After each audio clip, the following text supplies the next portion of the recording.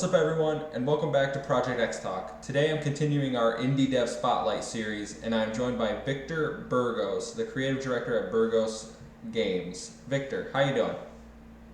Not too bad. How about yourself? I'm great. I'm really excited to talk to you. This is probably the most anticipated indie interview I've had because your game is the one I'm most excited for. Uh, First off, I wanna start off with you. You won Best Indie Game Award. Isn't that right for Neko Ghost Jump? Yeah, so it's actually Neko Ghost Oh, Jump. It's apologies. okay. Like a lot of people mispronounce Neko Ghost the Neko part. It was actually kind of funny when one of the hosts for E3 she really butchered that one. But yeah, it's kind of funny because there's a huge Twitter storm actually. I don't know if it's that night or the next day, but there was like there were a couple of people, but there was one person in particular that was like, "Oh my god, I can't believe she like mispronounced the name." Blah blah blah. I'm like, it's okay, it happens. Um, but this person on Twitter's they were like all furious for us. They're like, but they should definitely pronounce your name right. Blah blah blah. But anyways, that was kind of funny. So we actually so it's kind of weird. It was the fan favorite. Uh-huh. We won the fan favorite game for the indie showcase. There's there was technically I guess I don't know, like a judge or host award for Okay. the ED3 Windy, and that went out to I don't remember the name. It was like it kind of felt like a FTL or even a 4X type game. Hmm. But they actually won the quote unquote E3 Indie Award. Okay. We You won the won fan we one. won we won the fan favorite one. You're right, right, right. So which is still, it was technically official fan favorite because that's, they did the polls on the E3 stream during the Indie Showcase. And so for us, it's still a great recognition. It was great. Like it was really a surprise too. I was like, I mean, there was some amazing, there were other amazing games there. And so for someone or a whole bunch of people, 34% of the audience to think our game was the best is still pretty awesome. So Yeah, well, like I said, it's certainly the one I'm most excited for. So I wanna go back to before E3.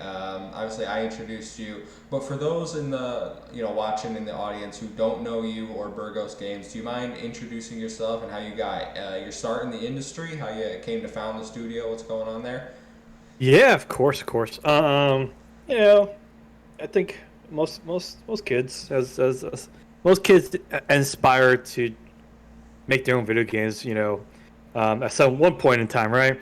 They play video games like, oh, I can do this better, blah blah blah. I want to get into video games. I want to make my own game, all blah blah blah. Well, that's basically how I started off. I Mm-hmm. did a whole bunch of like computer stuff as a kid.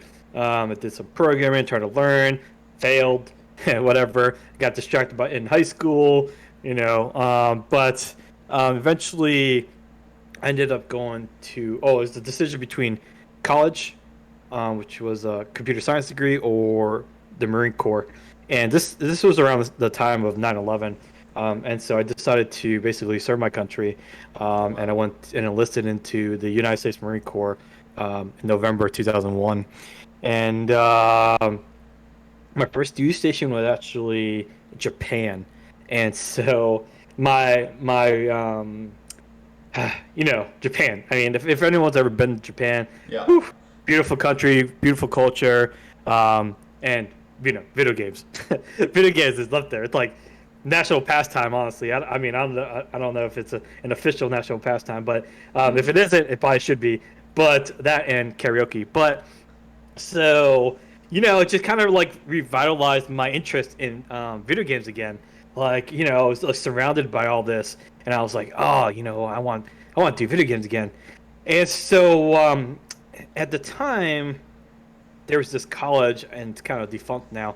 It was called Westwood College Online, and if anyone remembers back in the '90s and 2000s, they used to do these commercials, these funny little commercials about like you want to do something video games, you can be a game tester with our online degree. Call now this 1-800 blah blah blah. I remember. You remember? You remember Yeah. those? Okay. Yeah. So those guys. So at the time, again, this is like early 2000. I think so. I was in Japan like 2002 to 2005, and so 2002 didn't have too many game dev degrees yet, right? Not like now. Now, whew, you can find a game dev degree in almost any college now. And so back then it was very slim pickings. And not sure if it was the first one in the United States to offer a game dev degree. I'm pretty sure it wasn't the first worldwide. I think there was one in the UK that did that. But anyway, long story short, I applied, and as I was about to start my classes, I ended up getting deployed to Kuwait in operation to support Operation Enduring Freedom and Iraqi Freedom. So basically, I was out there in the stand for about 4 months, and obviously I couldn't do any schoolwork then. So put that on hold, and then I got back, and just get distracted with real life, and so that kind of got put on the back burner again.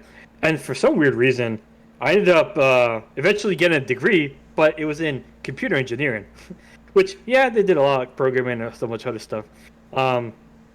And so I got a degree there. Never did go back to the game dev degree.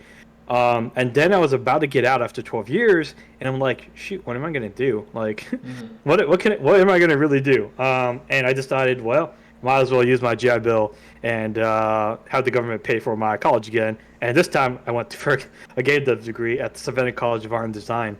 So I ended up graduating from SCAD in 2017 with my bachelor's in fine arts and game development. It's actually called interactive and game something. It's some really weird long thing, but basically it's a game dev degree. Yeah. Generic general one. And honestly, I enjoyed my time there. It's an art school, so it was heavily art focused, and I didn't realize how with some work how great my art was. But I won't say great. I from 1 to 10, I'd probably give myself I don't know, 6 or 7 probably. Which for me, it's great. I could do my own art for games. And that's kind of one of the hard things for a lot of people to do. Yeah. But anyways, before even graduation though, I was freelancing and doing contract work for various studios. And so that's basically what I ended up doing full time after graduating. Just started my little niche company. This was before Burgos Games. It was just called Victor Burgos Games. But so I was just doing a whole bunch of freelance and contract work for a while until I got a full time gig. Late 2017. It was late something. I ended up working on Contagion VR Outbreak. And ended up shipping their demo and early access release in 2018. And honestly, after that experience, I was kind of like, man, I just want to work for myself. I want to be the boss. I want to do my own thing. Yeah. And basically, that's what I did. After shipping their game, I think I worked, helped them out for another 5 months. I was like, all right, peace. There was a whole bunch of there was a little bit of drama and a whole bunch of other stuff that went down to help that decision. But it is what it is, and I was like, all right, cool. I'm going to start my own business, and I started Burgos Games at the tail end of 2018. I was working on a VR game. I got kind of burnt out though. I was like, no. And VR at the time was kind of going on a downhill, and it's actually pretty terrible right now, unless you get an Oculus exclusive or something a really cool deal with Oculus. Just VR in general, there's not a lot of money there. Mm-hmm. There was a game jam back in I guess that's the business side of things. I was going to go into more about how Neko Ghost jump started, but we can table that for now. Yeah, we'll definitely get there. So I read in your E3 briefing, because obviously this is my first experience seeing Neko Ghost jump, and being introduced to you. I read you're the only full-time developer. Is that true? And how has that experience been? Yeah, so it's true, and it's really utterly poop. Oh. Yeah, so I don't know. I don't know how. So I mean, I don't mind saying a lot of things. I'm pretty open. But I just gotta make sure I also have to be, and it's really hard for me to be tactful, but I try my best. the long short of it is, it's all about money, right? Yeah. I came in with Burgos Games with all my money from like freelance and contract work, um, but I mean, honestly, the funds dwindle so fast, it's ridiculous. Especially when it comes to marketing, it's expensive to market video games. A lot of developers don't understand that, and they'll make their great games or whatever, and they spend years and years and years on it, and then they ship the game and no one buys it. Hmm. Why? Because they don't spend the freaking money they need to market. And yeah, this technically you could probably do a lot of free marketing too, but those quote unquote $0 marketing stuff, um, it's kind of 50-50. The only way it really works is if you get hyped or you go viral somehow. Yeah. If you don't go viral, then still you're gonna be unknown. You could do marketing 100 hours a week, and if no one's like responding or being responsive, or no one knows about your game still, it's going to go into the ether, right? Hmm. There's so much, especially because of COVID. There's so many people online right now, like trying to vie for everyone's attention. It's true. There's So endless amounts of entertainment on the internet, especially now. Everyone and their mother started some sort of entertainment channel during quarantine. So we video games is just another form of entertainment that's vying for everyone's attention. So I certainly understand what you're talking about. But you brought up money dwindling and oh marketing, yeah.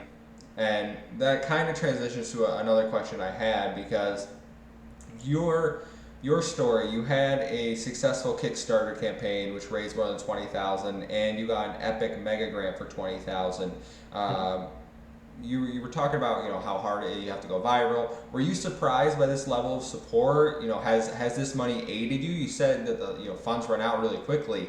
To me, 40,000. I don't know anything about game development. 40,000 feels like a lot of money. From the sounds of it, it might not go as far as most people think. It doesn't. It doesn't. Like Neko Ghost Jump is a really, it's a really small, narrowly focused game, and honestly, to do it like justice, to do it like properly, I won't say I would need 400,000, but from the start, I probably could have used easily 200, like Mm. $200,000 to do the game justice. Wow. And I'm though I've the with the money, even all the money that I've had before, all the money that I've gotten from other externally, it's not even. It, it's a little bit close. It's around 100 now, but um, yeah, no. To be honest, it's not a lot of money. 40,000. Uh, yes, yes.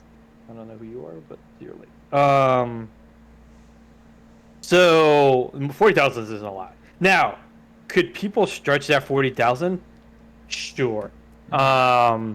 If you have no family, if you don't have a mortgage, no car payments, XYZ, and you live with your mom, or you're working out of somebody's garage, blah blah blah. You basically, if you don't have any real life bills, then you could probably stretch 40K easily. Yeah. Over a year or two, stuff like that.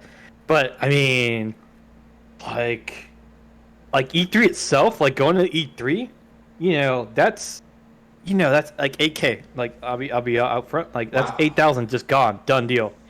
So it's eats up the budget real quick.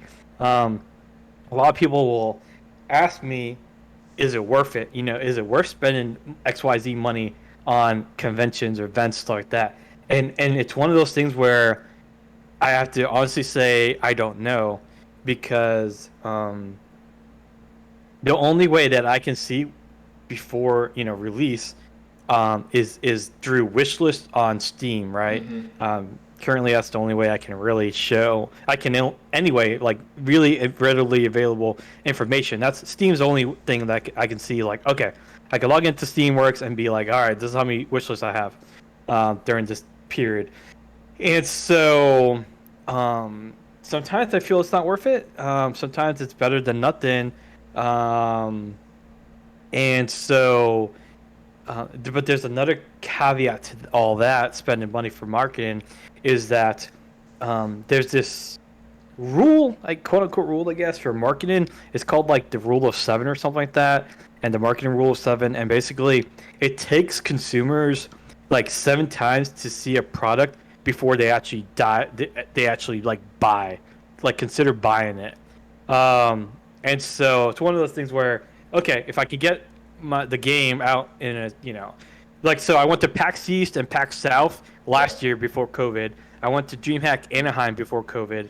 Um, and so, those are 3 showcases, and then COVID hit, a whole bunch of other digital showcases, and I try to get as many as possible. And so I'm just trying to get as many eyes on the game as possible Hmm. um, in front of people so that I can hopefully get a lot of conversions and sales when the game does launch. Yeah, absolutely. You're not the first developer to say that wish list on Steam definitely helps. So anyone out there listening, if you're interested in a game, please go put it on your wish list. It really does help the developers. I've heard Mike Bithell talk about that before on another podcast. So definitely go check that out. But wow, that is that's crazy to think that 40K doesn't go that far in eight marketing. Yeah, Well, 8K. Well, you said 8K for E3. That's 1/5 of your budget right there. Well, 1/5 that budget. right, right. And so, like, then you think about, so I kind of skipped over it. So I'm the only full-time developer. Hmm. So, I mean, just think about if so the total team size of Neko Ghost Jump is currently 9. So I have 8 part-time contractors that are working on the game. Sometimes they work 0 hours, sometimes they work around 10 hours, Yep. and anything in between. It just depends on what I need from them. Um, and so it's just super handy because a lot of times, like let's say, and there's no offense here, but like if I'm doing interviews, that's time that's not in going into development, right? I have like the business side of development, or sorry, the business side of games takes up a huge amount of my time now. I'm talking about like probably 50% of my time is more devoted on the business side of things, and it's not bad. It's pretty cool. I like it. I like it. I get to talk to other people. I get to, there's a lot of connections I make. There's, a lot of marketing side of stuff. And there's money, a whole bunch of money getting spent too. Um, and so the, I mean, just imagine if I had them full time though, that nine developers, let's say an average, and I'm being super like budget here. This Yeah. most people will not be around this price, but let's say they were 50K. Most people would be much higher than this, but let's say they were 50K each. That's $450,000 a year.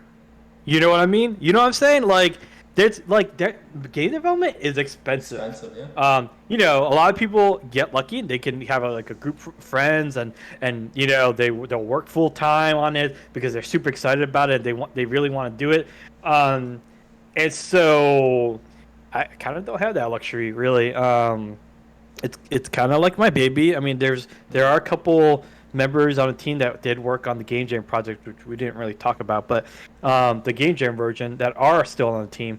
But honestly, the good majority of them are just people that I've gathered as time went on to just try to get this game shipped in a timely manner.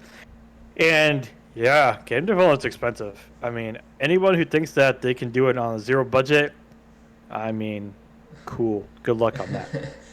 Well, I want to, I appreciate all the insights into the business side. That's not something I hear that often. I've spoken to a few developers here and there, and they give you little insights to the actual behind the scenes. But this is probably the most open I've heard about it. But I do want to transition away from the business side and talk about Neko Ghost Jump, the game that made me reach out to you.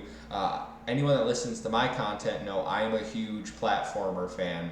It's probably my top 3 favorite genres of video games. So you put a unique spin on the genre by allowing you to switch between 2D and 3D perspectives in your game. What is the inspiration behind Neko Ghost Jump? If you don't mind talking about why are you making this game? What led to this innovation? Yeah, well, first off, I need like a couple thousand of you, platformer lovers. I need more of you. Second, so the inspiration, so it came out of a game jam actually. So I was saying that I was kind of getting burnt out on this VR game I was working on, and then the game jam, um, got announced. And I used to do so many game jams, especially when I was in college. And I was like, I haven't done a game jam in a while, so let me go. Let me just go get a couple of people. And so ended up forming up a team for this game jam in May of 2019, and we had 5 days to basically get a game, and the theme was the other side of the coin. And so my thought process there was, what are things that are similar but opposites of each other, or relate to each other? So, um, when it came to a platformer, it was like usually it's either a 2D platform or a 3D platform. Usually not both, right? And then also your form, your body, it's either like a corporeal form or like a spiritual. So you have your spiritual form and your physical body, and so it's typically one or the other. I mean, there's probably some games that have done something weird like that, but and so basically that's where it came from.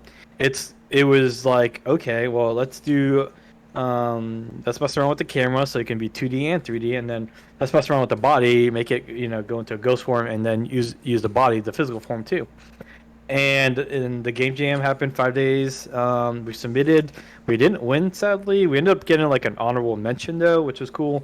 But still, at the end of it, I was like, "Yo, who wants to like get this game out? Like, I think we could polish the heck out of this and like make some money."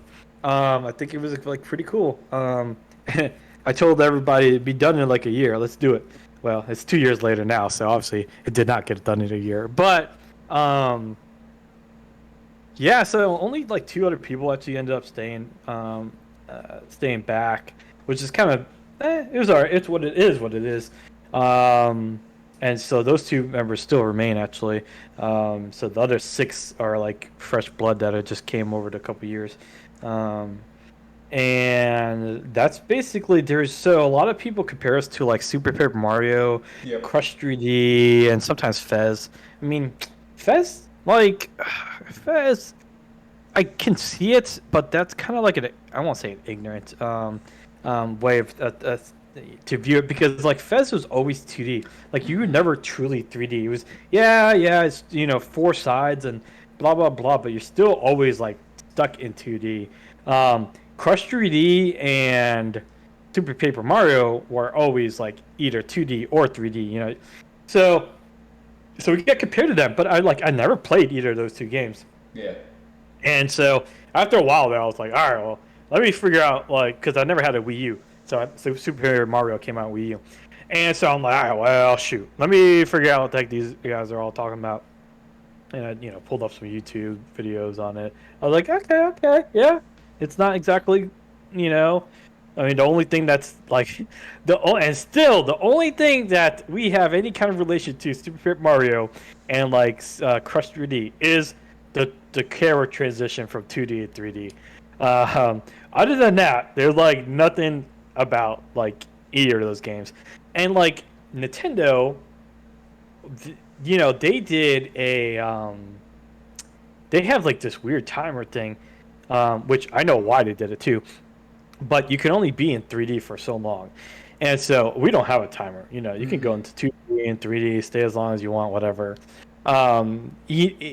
Designing gameplay and designing levels for both 2D and 3D like is super hard. Yep. Like it's just it's really hard. You got to worry about enemy designs, boss designs, level design. It's super tough, and it's really hard. It's been crazy. It's been fun trying to make everything fun for playing in both perspectives, but it's super hard. So I understand why Nintendo like gave everybody like a time limit because they want people to play in 2D, which is super easy for platforming and platformers in general. So yeah. Yeah, I'm glad you brought up how difficult it is to switch between, and like I said, I think this is really innovative. I play a lot of mostly 3D platformers, if I'm honest.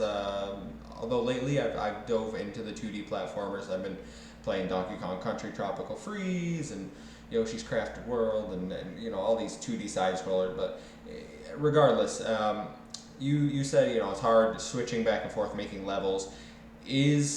Are the levels set up in a way in Neko Ghost Jump where if someone wanted to only play in one perspective, they could, or is it really you have to get through the level by switching, and until you figure that out, you're not going to be able to progress? Right. Yeah. Yeah. It's a ladder. Okay.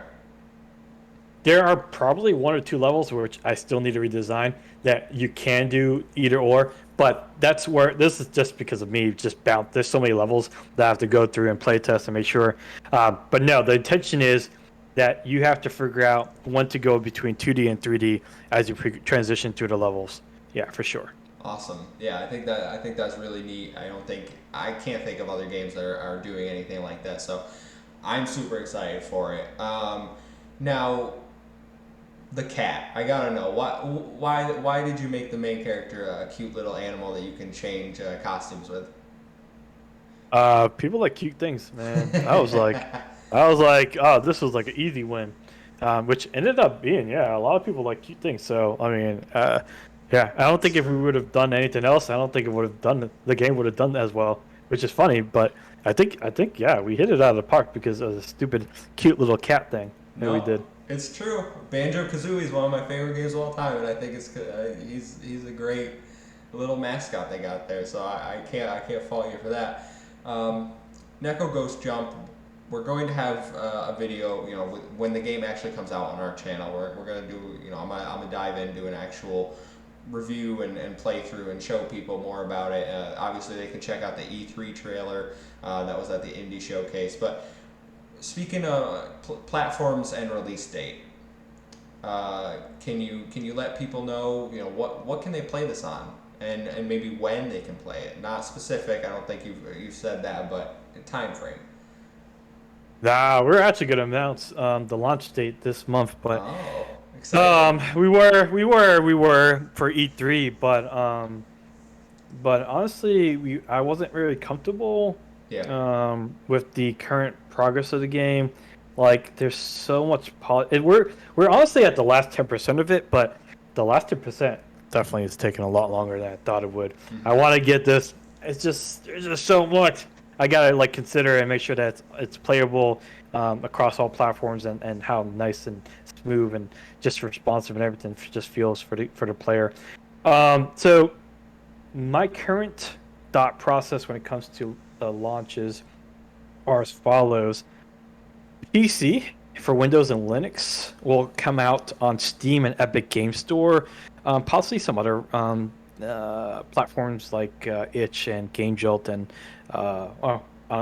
maybe Humble and a whole bunch of random little stores, if they'll allow me. I've been trying to get on GOG for a while, but they've never responded to me. But so that's my major focus, is really getting the PC version out. Is also the most easiest platform to ship a game on, and following that, consoles, which includes the Atari VCS and the II Arcade. So I have a contractual agreement, so I have to make sure that the Xbox version comes out first before any other freaking consoles. So so that one's gonna be my next console to ship on. It's one of those things where I'll have to reevaluate post PC launch, because it might be more beneficial to just do a simultaneous launch for all consoles instead of just doing a staggered release. So like I said, my initial plan here is PC, Xbox, probably PlayStation, and then wrap things up with like the most definitive version for the Nintendo Switch. And because honestly, I think my biggest moneymaker is going to be the Nintendo Switch. I was just gonna say that. I think this game would do excellent on the Switch. It's an indie darling over there. It could be an indie darling over there. People love it. People love it. Right. So it's one of those things where Yeah, so it might be like, okay, well, do we want to do a stagger release and cool, maybe get some press cycles, whatever, or do we just want to launch on all consoles at the same time? I don't think I really have the dev power, time, and well, energy really, or money, to launch on every single thing, including PC, at the same time. Um, but I guess it could be a possibility. It just depends on how long it takes. To be honest, and I don't mind saying this, but my goal is to launch something, so PC probably, before the end of summer. But it's one of those Wow. things where, if it's not ready, like so, I have to be honest with myself. Yeah. Um, I'm gonna be running out of money soon. So it's either I can um, ship the game and make money, or I'm gonna run out of money. So I have to think about it, like how much time do I really have? If I ship, okay, I ship, and maybe I can just keep working on updates for the PC version, and at least I get some money coming in, and then I can start prepping for the console releases, stuff like that. So it's one of those things where I just have to be very careful. I don't want to ship a shit game. I don't want to, ship a crappy, you know, a game. I want to make sure that it's the best It can be. possible. Yeah, it's the best possible, best it can be, with the time and money I have. So yeah, I'm gonna try to push off release as much as possible, just so that it's as nice as possible for the consumers at the end, um, and before I go broke, basically. So you said you were hoping for PC by the end of summer. Is that what you just said?